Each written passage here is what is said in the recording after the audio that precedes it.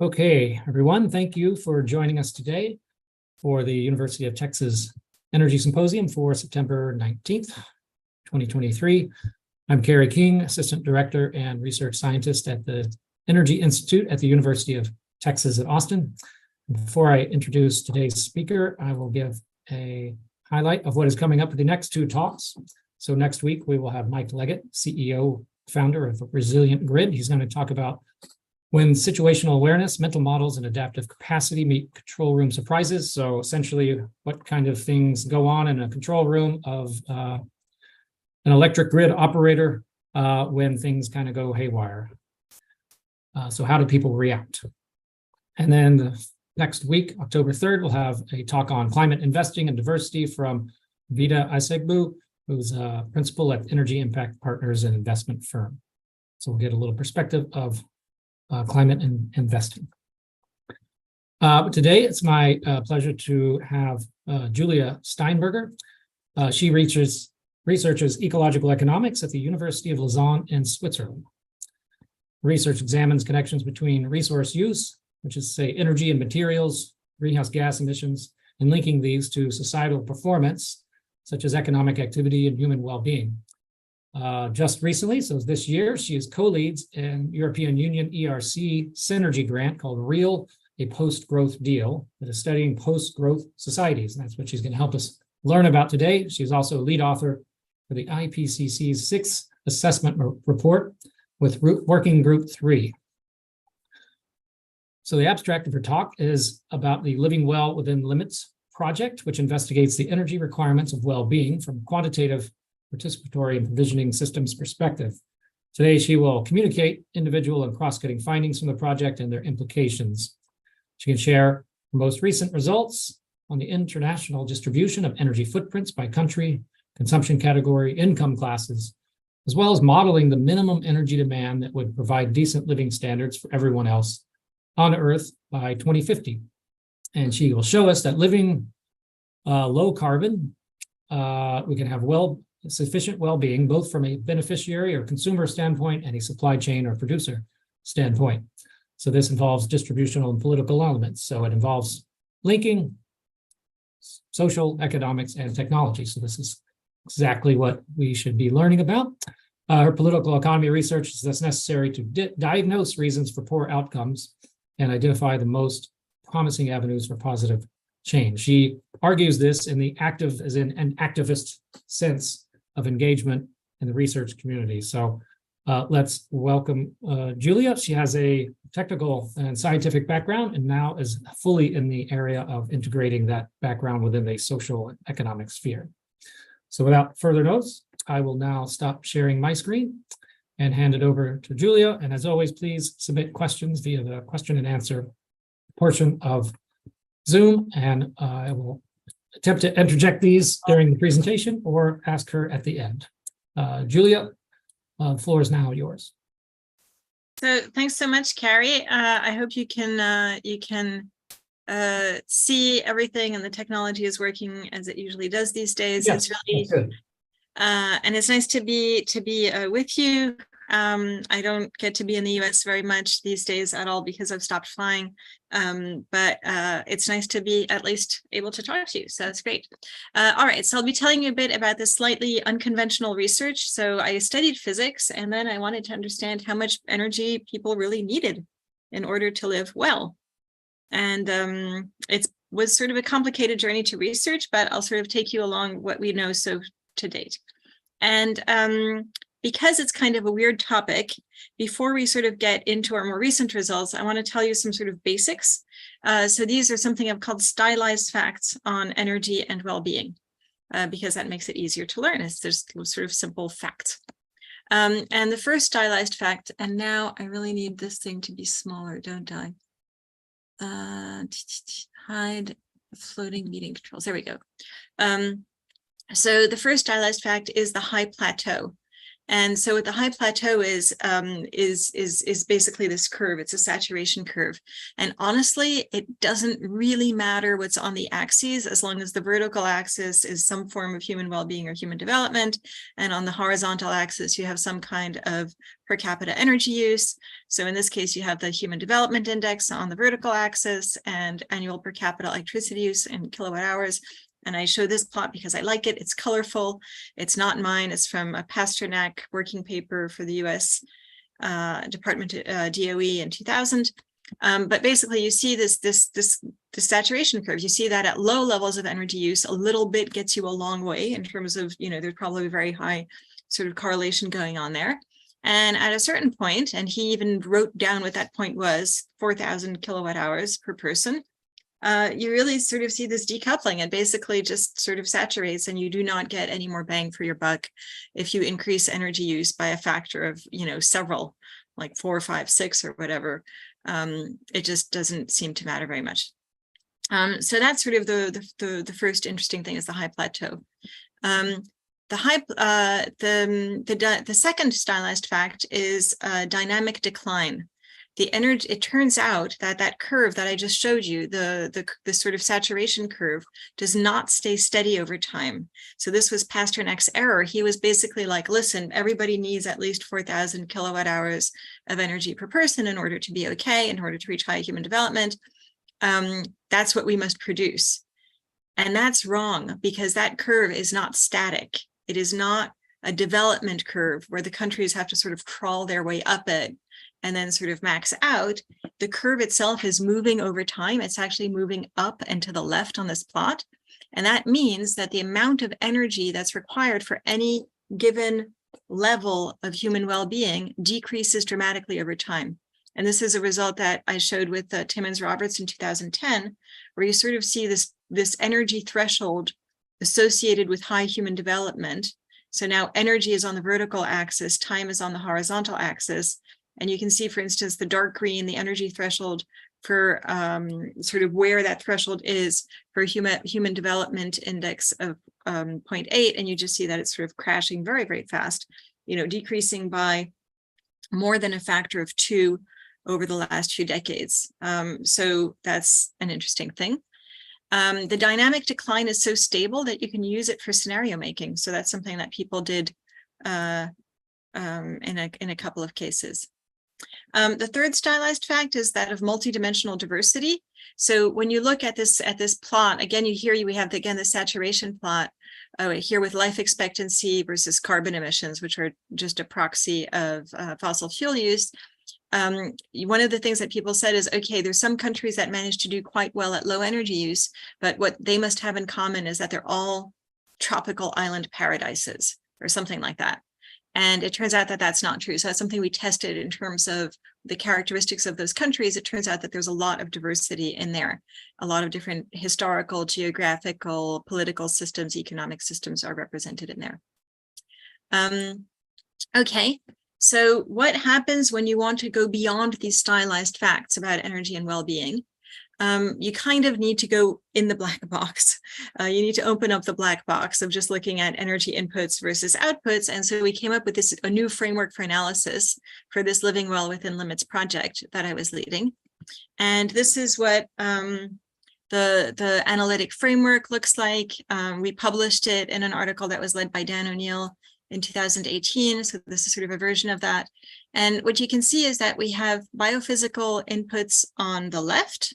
So planetary processes, including, the kinds of things that are associated with planetary limits, planetary boundaries. And the way we mess with those planetary boundaries is when we use natural resources like energy, materials, land, water, etc. And then on the right-hand side, you see social outcomes.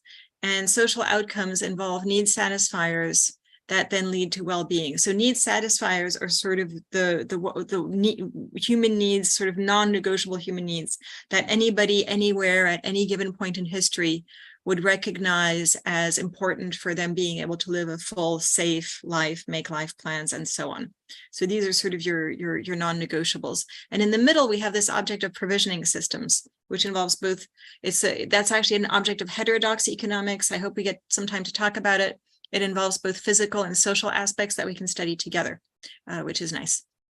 Okay, so off we go. The first thing we wanted to do within this framework was test whether or not there were any countries that achieve well-being within limits. So if you've ever seen Kate Raworth's or read Kate Raworth's donut economics, so the idea of the donut is that there is this external ring where out beyond the ring, you're breaching planetary boundaries. You know, you see climate change, land use change, et cetera, biodiversity loss, and so on.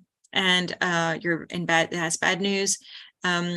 However, if you're falling short in the middle of the donut, if you're on the inside of the donut's hole, that means that you're not reaching your social foundations. You have social shortfalls.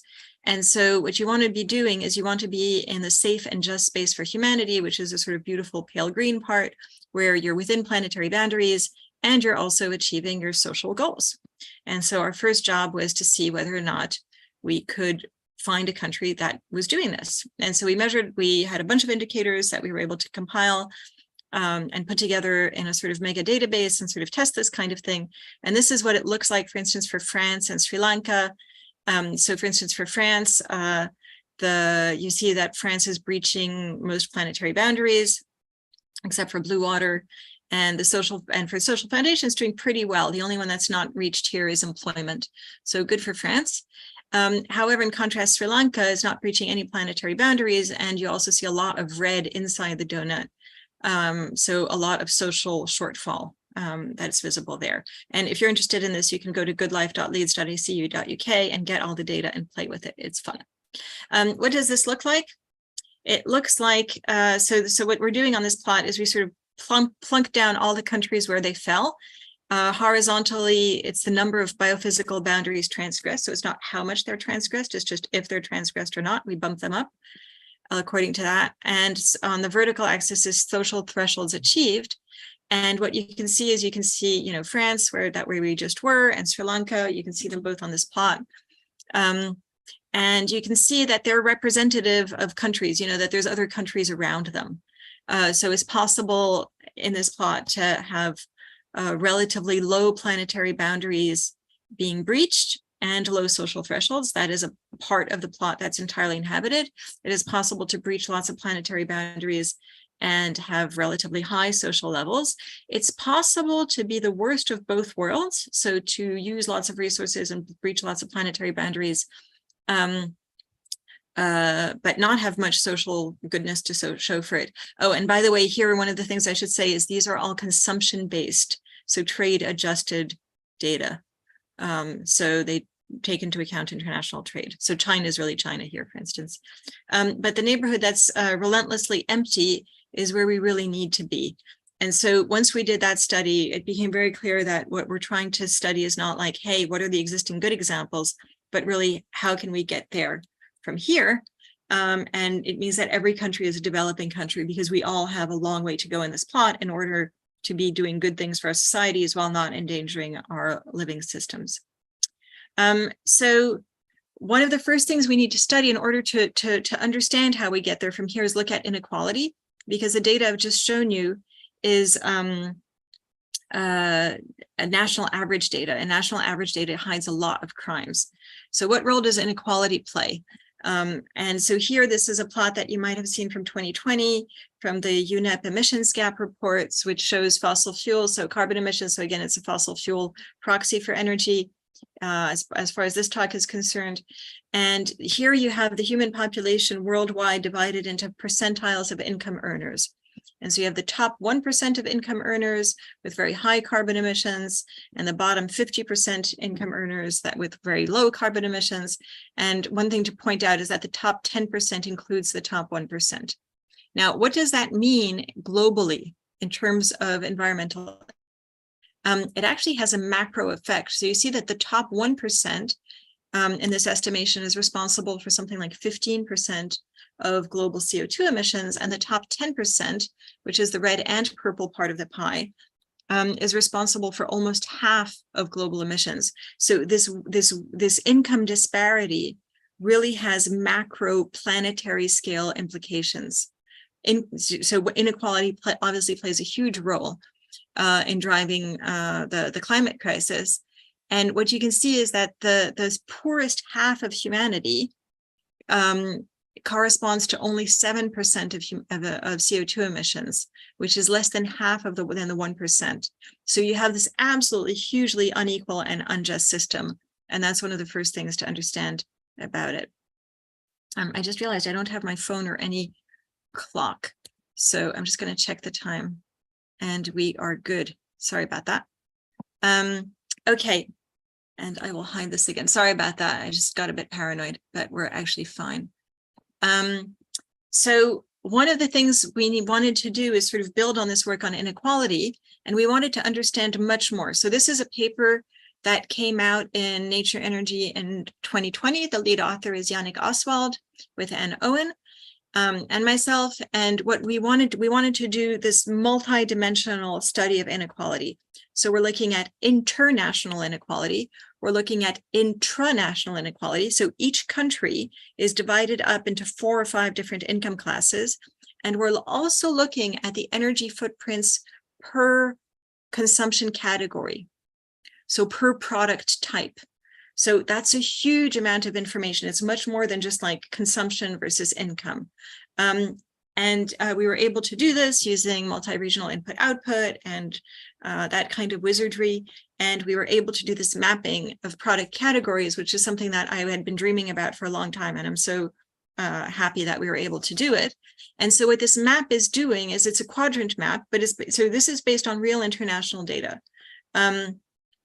Where you really have a lot of information. So on the top half of the quadrant, you have categories of products that have an elasticity above 1, which means that they are disproportionately consumed by rich people. And here I should pause and say that rich people consume more of everything. So what this plot is showing is it's showing a disproportional budget share. If somebody's income goes up by 10%, they will be consuming 20% of this. Their consumption of this product will go up by 20%, sort of in an exaggerated picture of it. So the stuff in the upper 2 quadrants is the stuff that rich people consume disproportionately. In the bottom half of the quadrant, you have the categories that are consumed disproportionately. They take up a disproportionate share of the budget of poor households.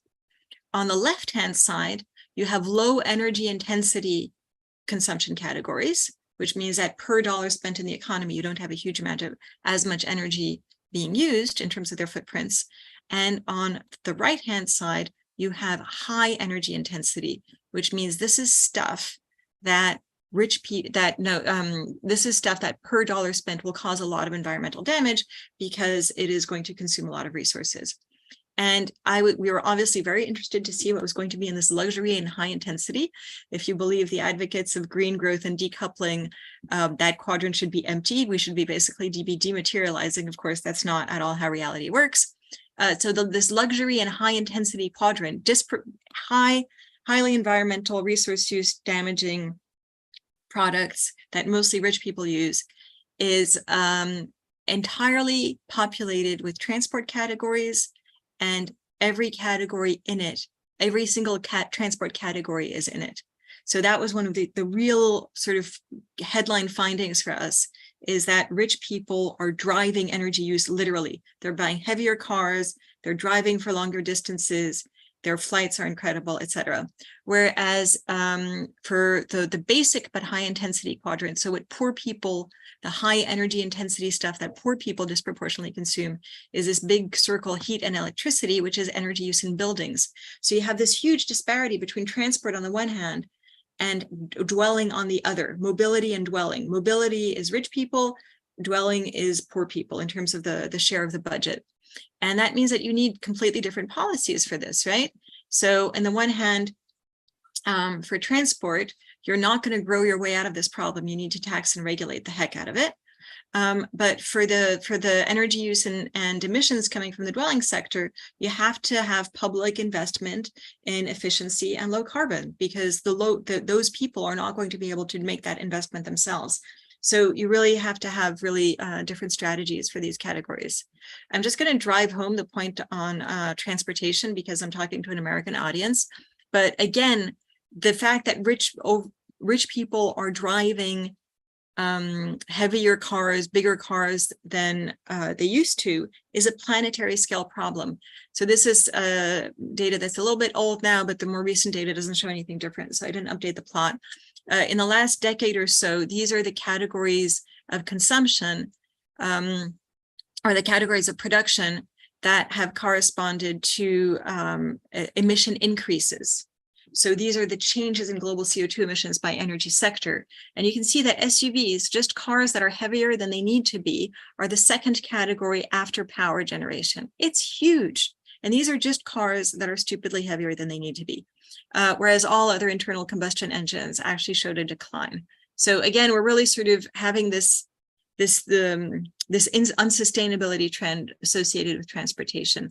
This has led Tim Gore of Oxfam to say governments must curb the emissions of the wealthy through taxes and bans on luxury carbon such as SUVs and frequent flights.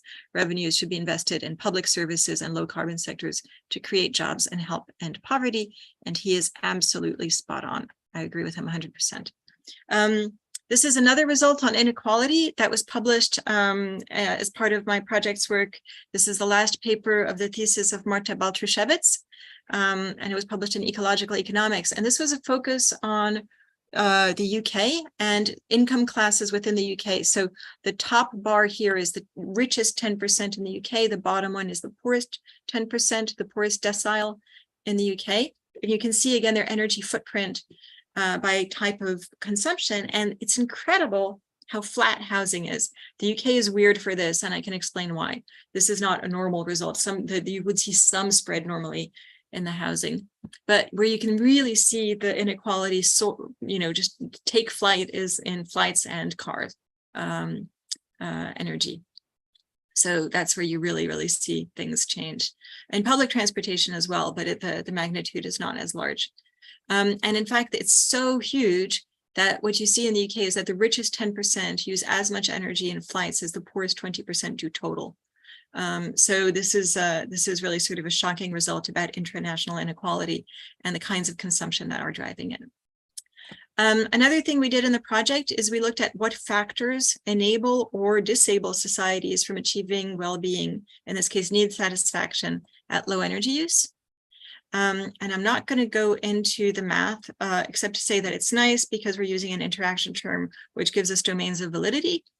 And I will just go straight to the result because I could explain the method, but it's just not, I don't think there's a real point to it. So I'll just give the headline result, which is we had very strong result in terms of being able to identify positive factors and negative factors. And the positive factors include things like public services, which are extremely important.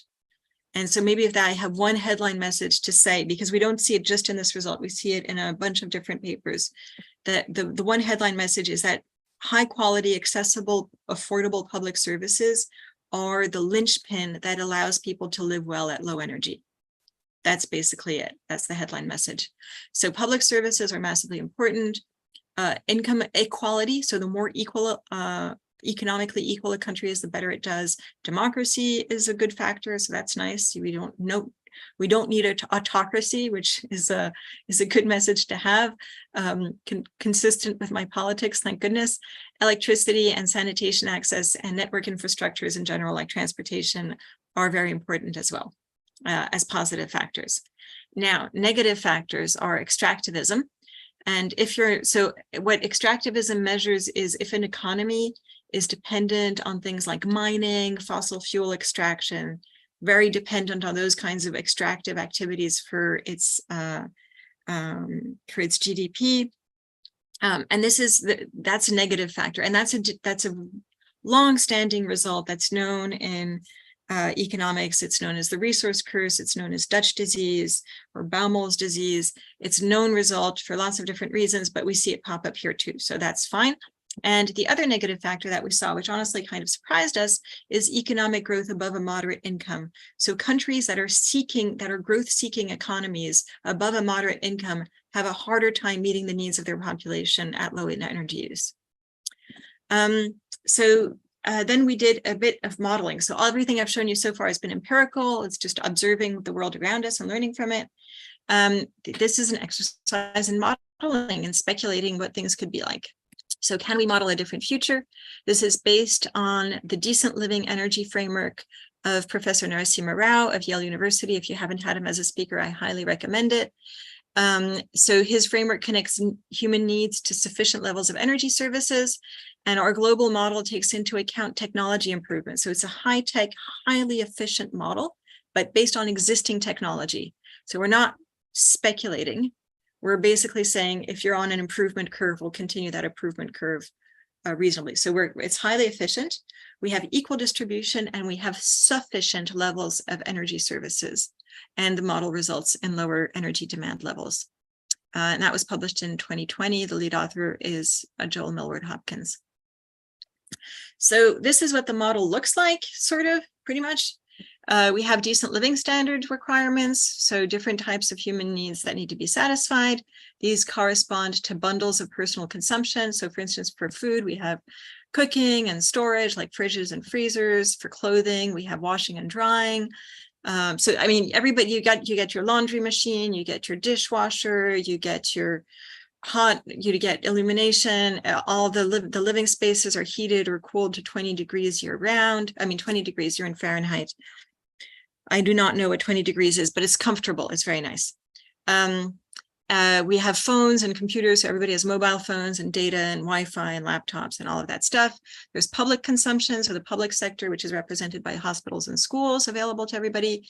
Private consumption, so some kind of office space, retail, freight, etc., and the infrastructure for it. And we have the embodied energy in everything in a way that we think is somewhat realistic. This is what the decent living energy services look like in terms of nutrition, space, clean water, communication, health, education, and the modeling depends upon things like demography, so household size, aging profiles, rural, urban changes, and climate, obviously for heating and cooling. And the results of the model show us that in this very sort of extreme utopian or dystopian future, depending on your politics, I guess, decent living energy for all would be achievable at 40% of current energy use, despite population growth by 2050. So it's really kind of an extreme model. It's the one shown with the green arrow here, where we would get to 150 exajoules in 2050. Compared to the International Energy Agency reference scenario, we're like, a factor of almost 4 below it. But this makes it easier to achieve climate mitigation targets, obviously, and it doesn't have to be at the expense of poverty, or people's life chances. So in some ways, this is good news. It's sort of a how low can you go and still protect people and their living conditions model. And it turns out you can go quite low. Jarmo Kikstra and colleagues, the year after we did, they published a really beautiful paper that I highly recommend, where they looked at this decent living energy from another perspective, which is how much investment in infrastructure would you need? So how much energy would you need? For some reason, the slide showed up in French, sorry about that. How much energy would you need for a decent life in terms of infrastructure investment versus utilization? So the investment in infrastructure would be huge, actually. It's on the order of 290 exajoules in their estimation, which is the good chunk of our current annual final energy use. And the lion's share of that would have to be invested in the dwelling sector, so shelter living spaces. And a good quarter of it would have to be invested in mobility. And you also have regional disaggregation in this model, which is, honestly, it was such a beautiful paper. And then you see the annual energy use after this kind of massive infrastructure investment. And the incredible thing is you see how tiny shelter is. So the point is, if we really reorient our economies and massively invest in sufficient, efficient shelter for everybody, then that investment pays off in the fact that we need to use a lot less energy from there on after. Now, mobility, there's no miracle. You have to invest a lot of infrastructure in it, and it would, even in a sufficient perspective, in a decent living perspective, it would take a lot of energy, just because it takes energy to move stuff around. So a good life for all within planetary boundaries may be technically possibly, that's what these models show. And so then one of the questions becomes, what is standing in our way? And this is something where we've also, as part of my project, looked at the political economy of car dependency, and we also looked at the political economy of the privatization of essential services. And we use this using a systems of provision focus. So we looked at this object in the middle, these provisioning systems, which are an object of heterodox economics, not mainstream economics. And basically, this is sort of the headline statement, I guess. Provisioning systems could enable good lives at low resource use, but are often engineered to create resource dependency. And this is really our core finding from this 2020 paper led by Giulio Mattioli, A Political Economy of Car Dependency. Dependency upon resource-intensive consumption is itself an industrial product. So when industry says, oh, we're just responding to demand, that is completely disingenuous, because when you look at the history of what they've been doing for the past decades, in the case of the car industry for the past century, they've been engineering dependency on their product and driven by decades of lobbying, subsidies, and state regulatory capture. So you really see how that dependency itself becomes what the industry is trying to enforce. And I think that that's something we should take a lot more seriously when we're thinking of changing our energy systems. So what we did when we studied the political economy of car dependency is we studied 5 different elements. We studied the car industry itself. We studied car infrastructure, roads and parking. We studied land use for cars. So how single family home zoning in the US, those kinds of examples were in fact lobbied for very heavily by the car industry. Active neglect for public transportation, which is ongoing, and the creation of car culture. And you can really see how these different elements come together to sort of create an interlocking carbon lock-in. And it generally helps when I talk about it in cartoon format. So I'm really sorry about my artwork here. But basically, the way we're told the story is that we have a cartoon version of the neoclassical economy as a horizontal market, where you have a bunch of producers producing stuff, and they're throwing buckets of their product into the beautiful horizontal sea. And then you have consumers who are also little ants, and they're drinking their they choose their different products, and they're all very happy looking. And so every single one of these actors is an ant in the sense that they're too small to influence the whole market, and they are interacting with the market on a sort of equal footing and getting what they want out of it. And that's the story that neoclassical economics tells us. But the real economy is very different. When you look at the systems of provision perspective, you see that if you wanted to represent it by a cartoon, it would sort of look like this. It's vertical supply chains connected through technology clusters. So you really have this sort of interlocking, not just of one sector and another, but really a whole bunch of them together, including, for instance, oil, roads, cars, suburban real estate. And then the market looks a lot more like a funnel that's sort of coercing or influencing consumers to react and consume a certain way. And the role of the state is sort of scaffolding, holding the thing up. So it's basically upholding vested interests. And that's sort of when you look at sort of the historical development of production and consumption, that's what you see. I think it's sort of time for me to stop talking. Oh no. We have still a bit of time. Sorry, so I'll use my time and confuse you a bit more. So we looked at the reality behind the privatization of public services, again, using a systems of provision approach. And one of the things that we saw, for instance, was that the privatization, if you look at the intermediate sort of the processes and narratives slice, that privatization was justified by private efficiency narratives. The state used it as a justification for deregulation, so arguing that profiteering would be curbed by market competition. And consumers were supposed to act like educated, informed consumers. Each consumer is responsible for their own welfare via the market. And the reality that we uncovered in our analysis is that the producers were doing fantastic amounts of rent extraction from consumers and low tax revenue for public, and so they were rent extraction from consumers and also not reinvesting in the system. So there was no tax revenue coming from this stuff. So there was no reinvestment into the system. The consequences in the UK now are awful. Basically At the state level, the incumbents refuse attempt to re-regulate. The state sides with investors, swayed by pro-market ideology and strong private sector lobbying. So again, the sort of state capture is quite visible. And from the consumer's perspective, you actually have cost increase. The poorest subsidize others and are pushed into debt, and inequality increases. So that's sort of what the privatization picture showed us. And we were able to contribute to Philip Alston, who's the UN Special Rapporteur on Extreme Poverty and Human Rights, in his UK visit report. And I'll just read what he said on the basis of our research.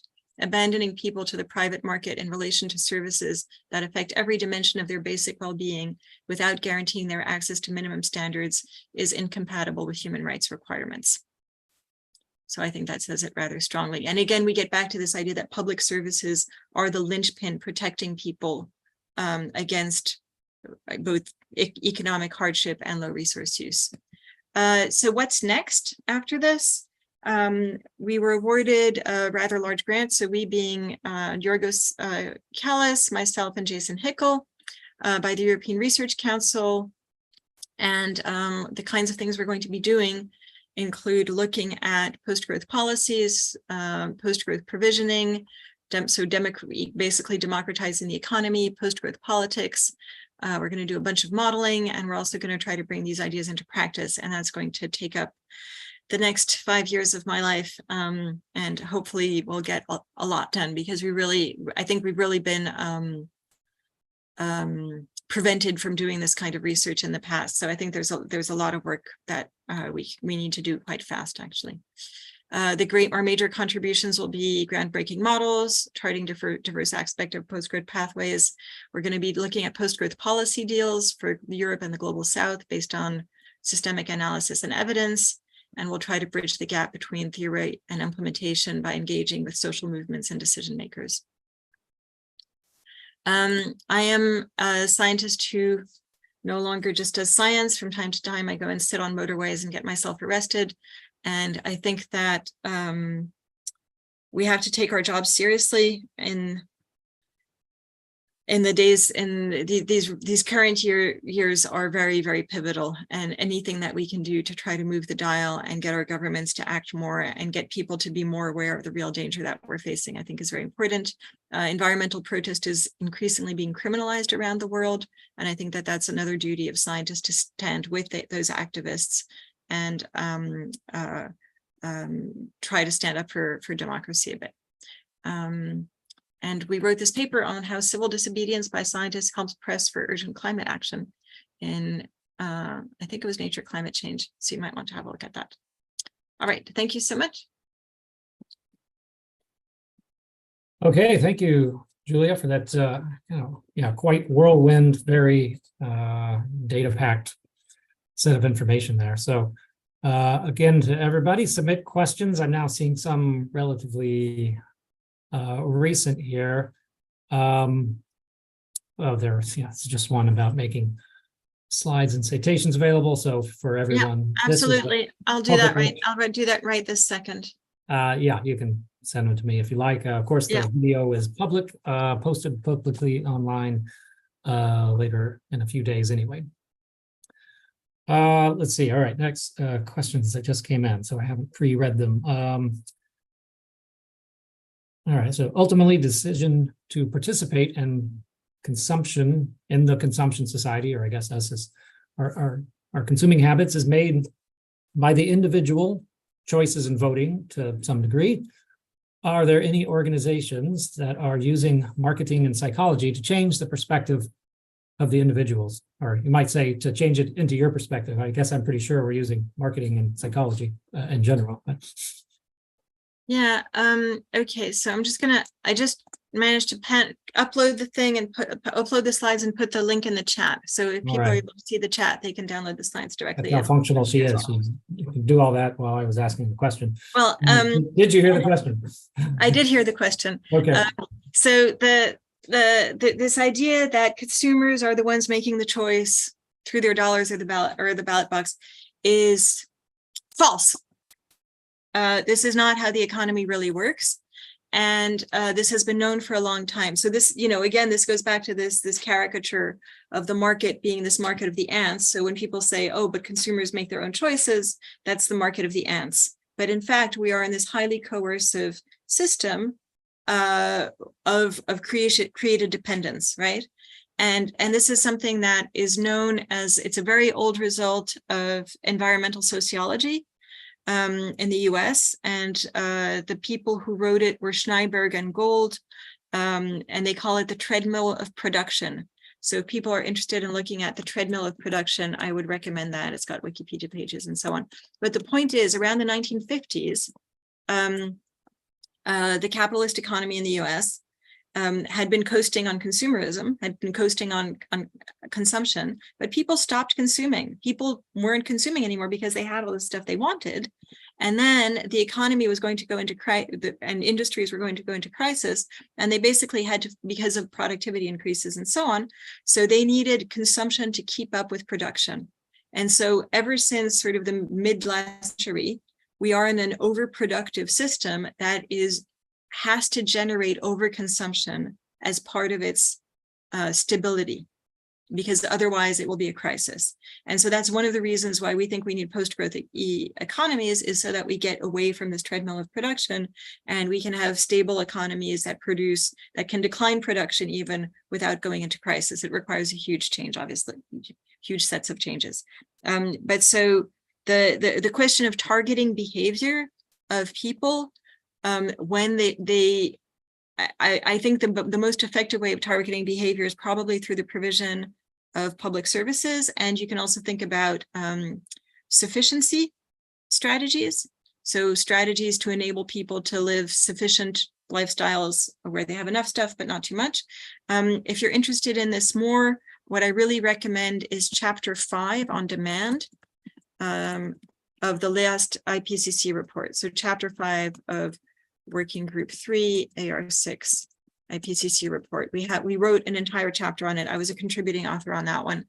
And that's sort of the state of the art. If you want the literature, if you want the highlights, that's where I would look for the latest literature review. Right. What would you say, this is kind of me off the cuff here, I don't know, is there a good argument, or what is the arguments you might hear against the idea of going towards sufficiency as a well-being for the human condition? And maybe an argument could be something like it takes away the certain ingenuity of people, or ability to, or desire to progress and make new things and do new things, and kind of a general capitalist entrepreneurship argument. Do you have any thoughts on that? Yeah, it's kind of interesting because to me, it's completely the reverse, because one of the things we see is that the people who are creating these sufficiency futures are being extremely ingenious and innovative and really creating new ways of living and doing stuff that is then being taken up by the sort of more mainstream systems. So just to give an example, we have some eco-villages or eco-neighborhoods or co-housing or whatever you want to call them, settlements, where they're basically like, okay, well, we want to be a sufficiency, we want to be more ecologically sustainable, so we want our living spaces to be smaller, even though we'll have the highest, efficiency standards and all of that. We want living spaces per family to be smaller. Okay, so how do we figure this out? And they're doing all kinds of clever things, like, for instance, making it easier to exchange in apartments within the building or within the neighborhood. If your household size changes, you can downsize easily and stay in the same building block. They're doing things like shared spaces. I cannot tell you how much I would want to live in one of those places. They have shared, because it's not just private and public, they have these shared spaces. They have shared climbing gyms in their house because they can, in their buildings, because they can afford that, because they just have extra public space. They have shared guest flats. So nobody has a spare guest room, but you have a whole guest flat that you can book for your family when they come to visit, or whoever, or friends or whoever. They have shared dining spaces, games rooms, movie rooms, whatever. So you're talking about ways of living that are actually quite fun and that people are taking over because so many people want to live that way now. That the main real estate companies, the sort of big normal real estate companies are doing these things. Like they're implementing things like shared balconies, which is one of the things that people really love, is where you can go along the balconies and share space and go and say hi to your neighbors and whatever. And they're doing that stuff too. So they're actually taking over some of these ideas. So the point is that it doesn't, sufficiency actually means giving decision to people, back to people as to how they would like to live together. And you get a lot of creativity with that. You get a lot of fun. You get a lot of, just great ideas coming up and being able to test things out and so on. So I would say it's quite the contrary. It's something that people really engage with. And it's also something where you really want to give people power back. So it's not like giant real estate companies and land developers and motorway makers deciding for you how you are going to live. You get to decide, you get to participate in your neighborhood, you get to participate in food growing and your grocery store operation, and really try to sort of get a large number of people directly involved in the decisions over the systems that they depend on. And that gives both freedom, autonomy, and resilience, because that means that you actually know, how is our transportation system working? How is our energy system working, et cetera. So yeah, no, it's actually quite exciting, I think. Well, this other question here kind of, I guess, dovetails off to what you're saying. And perhaps, I don't know if everyone watching, I think this person's a student here. So American perspective. Someone interested, saying they're kind of interested in your arguments and understanding more of this for their own research. But here's the kind of feeling of this student. It's my belief so far that the arguments to move the dial in this direction you're speaking have been failing. So why do you think that is, besides regulatory capture? Why are people not being convinced? What policy solutions do you think are most effective from an effort standpoint? Maybe you could say, what are the first things to do, or are there places starting to move in the right direction as examples? So, well, I think that in the US, there are quite a few groups like the Sunrise Movement and others that are sort of trying to think about in these directions and trying to say, okay, well, we want energy policy and climate policy to work for everybody in the US, right? And to deliver things like good jobs, job guarantee, good living standards. So we want all of these things, but we don't want huge levels of inequality. So I think that those kinds of the Green New Deal and so on actually move the dial quite far in that direction, and has been helping people think in that way, even if there's sometimes a bit of a backlash and things don't progress as fast as we'd want them to, obviously. But I think that discussion is already happening even in the US. Even in the US, a very large number of young people are starting to be very critical of the current economic system, because they're seeing it deliver debt and inequality and not necessarily very good things in terms of their economic security. So I think that's something that's just sort of obvious to everybody right now. And so it's quite possible, it's quite possible for us to do things very, very differently and to improve on that. So I think that those kinds of things help. I think another thing that helps is direct involvement, is if you can create projects where people can get involved and start making these kinds of decisions. So right now, we have our democracies stop at the edge of the market, because we have a free market ideology that says we make decisions on political stuff, but the free market makes all the other important decisions for us and has our best interests in mind. But if we talk about economic democracy, we can start intervening in how we decide production and consumption should happen. How do we want it to happen for us, for our neighborhood, for our families, and so on? And that changes everything. As soon as people get involved with that, they get generally quite enthusiastic about wanting to do things quite differently. And it's quite exciting. All right, thanks. This question here, we had a speaker last week kind of discussing sort of high-level global trends, and you've gone into a bit more kind of detail here, and academics of consuming less. The person was saying you have to deal with climate, we probably have to consume less. So the idea, not necessarily, I think, promoted by the speaker, but at least questions came up about population control and the idea of decoupling. So any general thoughts on population, I don't know, control or rules or regulations or what have you? In the US or in worldwide? You can go US or worldwide, yeah, either, okay. Whatever you like. I think it's worldwide, thinking climate. Worldwide, okay, sure. So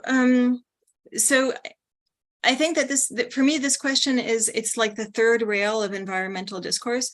And partly because we have to acknowledge that discussions about population have been wildly racist and have involved things like eugenics and just been horrible.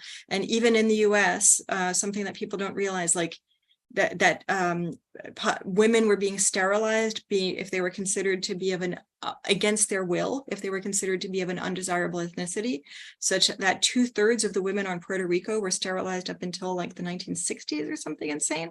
So we had this whole debate has a very bad history that one must always acknowledge in order to not repeat the mistakes of the past.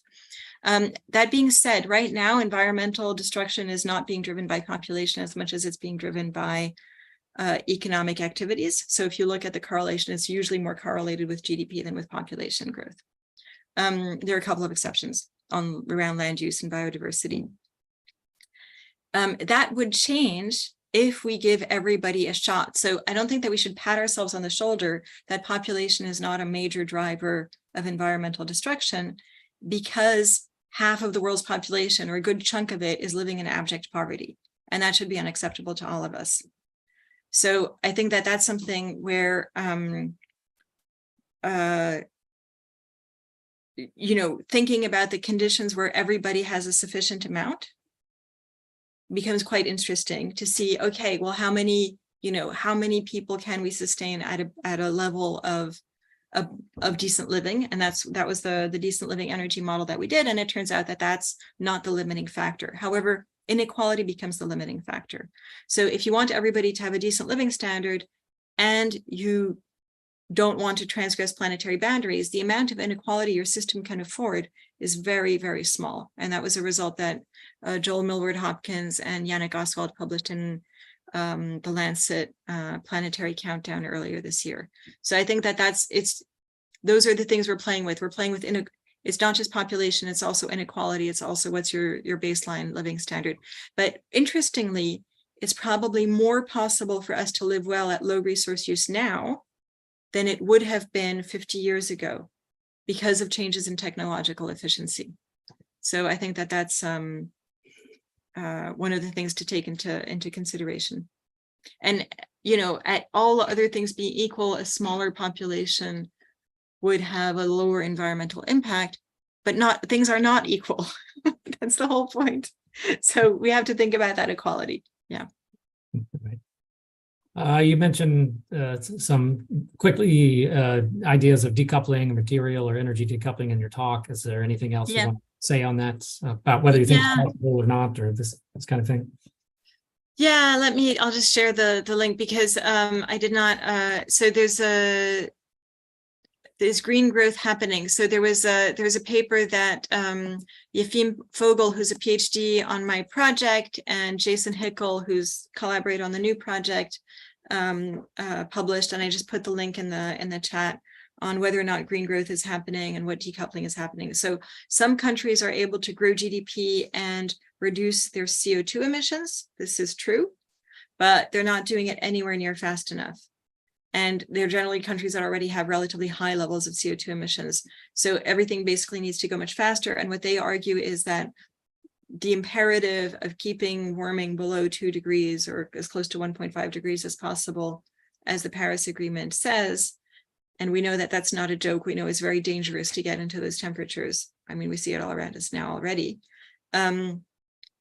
requires a structural shift in the economy, that we can't just continue to have the same economic function as we do now.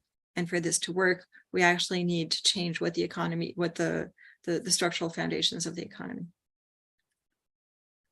Right, thank you. Yeah, lots of questions. I don't know if we're gonna get to all of them here. Let's see. So you mentioned inequality as one of the limiting factors, perhaps, for achieving this sort of sufficient consumption society. So what are the sort of the challenges on closing this inequality gap? I guess you mentioned, and we know we can at least fundamentally tax higher incomes and higher wealth. And whether that occurs or not is one thing, but what else do we need to think about? So you can think of lots of different things. You can think of wealth taxes, you can think of redistribution, inheritance taxes. all that kind of thing. In terms of international inequality, it's actually quite interesting. It's really shocking how much debt repayment global South countries are giving to the global North, not repaying to the global North, but it's not repaying. It's been repaid many times over, right? It's just because the interest is extortionate. And so if you look at the net wealth transfers, the global North is still taking money every year, a lot of money. The money comes from the global South. The resources and the money come from the global South because of debt repayment. And so I think one of the major instruments of redistribution and equality internationally would be debt cancellation. And that's just absolutely necessary also to allow countries to invest in climate mitigation and adaptation. And just invest in their own circumstances, full stop. That's actually one of the things that we want to consider in the post-growth project as well. So a lot of different instruments exist. And the other thing is investing in public services, having government investing in the things that make everybody live okay. That's a big equality aspect. That's a big redistribution push. There's a guy who's done some really amazing modeling on this stuff, so I just want to give him a plug. The Eurogreen model by Simone D'Alessandro. So if you look at Simone's his teams in Pisa. So if you look at some of the work he's done some really interesting modeling on how you would do, for instance, redistribution, minimum, maximum income, various things. So it's actually really, really interesting. Right. I guess on this topic, there's another question, and I'll throw out something. I guess I don't know if it was in Paris or Copenhagen or which climate summit was a discussion of essentially effectively the global North giving about $100 billion at least to the global South. Debt reparation, or this is debt payment. Maybe you could get to 100 billion without paying. They were going to turn it into new debt. Okay, yeah. Outrageous. Anyway, yes. Okay. All right. So here's the question. So do you have a view on climate reparations from the developed world to the developing one in light of extreme weather events management? Yeah. So I think climate reparations should absolutely be on the agenda. I think that they should be, it's not just towards countries, it's also towards corporations. And you have a colleague in Canada, Eric Pinault, who's talking about multinational corporations being the object of our current era, that they have in a lot of cases more influence than state power. So that's something to think about as well. It's like, it's not just the US, it's Exxon, et cetera. So I think that climate reparations should definitely be on the table. I think that debt cancellation is possibly less of a hurdle, but I think that they should both certainly be considered. Right. And the thing is, it's not just about the money, it's also about the technical conditions, right? It's also, are you giving people access to technology? Are you giving people access to patents? Are you giving people the ability to build, to manufacture the stuff that they need for themselves? There's so much economic protectionism going on. The playing field is so very far from equal. Like equalizing that playing field, I think, is also one of the things that we should be asking for. Like, oh, you guys might not know. I didn't know. This was something that I learned from Manara Rao. It is more expensive for a sub-Saharan African country to build solar photovoltaic. Solar photovoltaic in sub-Saharan Africa should be the cheapest electricity ever made by humanity. It should be so cheap. It is more expensive for them to make that than to generate power with coal-fired power plants as a new infrastructure. It is more expensive for them to build solar photovoltaic than coal power plants, because the World Bank and the International Monetary Fund have geniuses in charge, who have decided that they should charge higher interest rates on solar PV because it's a risky new technology. And so these African countries, they don't choose the interest rates. The World Bank and the IMF, that are dominated by the global North countries, decide the interest rates. So they just don't have any autonomy over what they can choose. Anyway, et cetera. It should be a much bigger scandal. Right. Okay, for those of you all asking, actually, she put a link to the slides there. It's unlabeled. I just copied it again, I think. So sifting through these questions here. How much of the transportation sector the way it operates, I guess, currently is lobbying and social engineering of ideas, ideals, and genuine societal needs and desires. So, I mean, taxes. For example, in Austin, public transit is fantastic, yet I opt to drive my own car. I'm not sure how many people would agree with public transit in Austin is fantastic, but Yeah. I think that there's a lot of questions about that, and change happens slowly and then all of a sudden sometimes.